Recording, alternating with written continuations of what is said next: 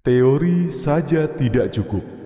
Dari kecil sampai sekarang, apakah kita masih saja berkutat dengan teori agama tanpa pernah mencoba membuktikannya?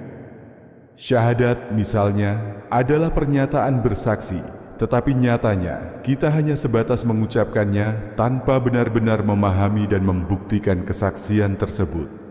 Salat disebut sebagai mi'rajnya orang beriman. Tetapi kita sering menganggap bahwa mi'raj hanya bisa dilakukan oleh Nabi.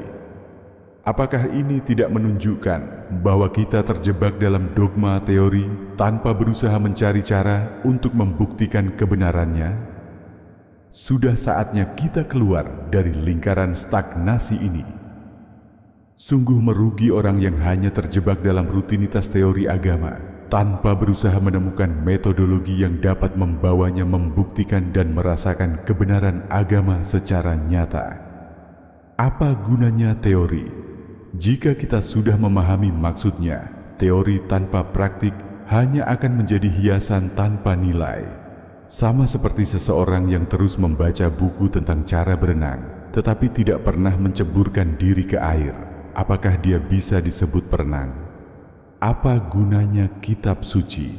Jika hanya dibaca tanpa dipraktikan, kitab itu hanya menjadi koleksi di rak buku, bukan petunjuk hidup yang dapat memberi makna dan arah.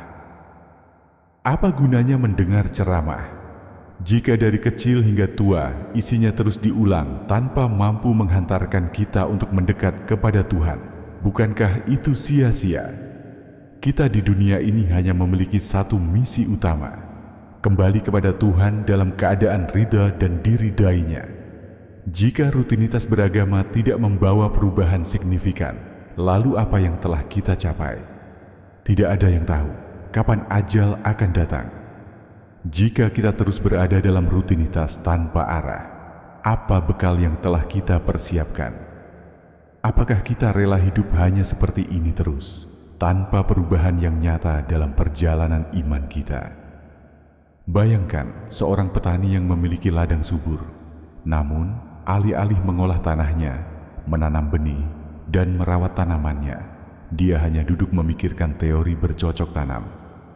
Waktu berlalu, tanah itu tetap kosong, dan ketika musim panen tiba, dia tidak memiliki apa-apa. Begitu pula hidup kita. Teori tanpa praktik sama seperti tanah subur yang tidak pernah ditanami.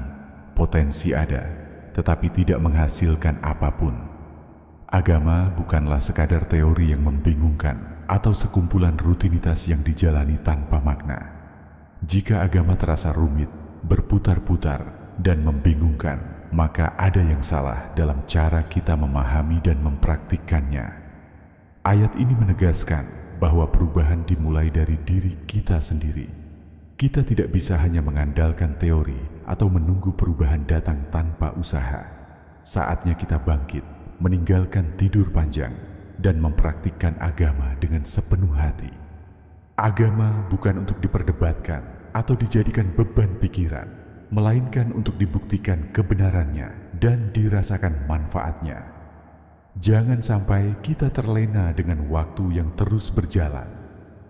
Momen untuk membuktikan agama adalah sekarang. Bukankah kita ingin kembali kepada Tuhan dalam keadaan yang diridainya?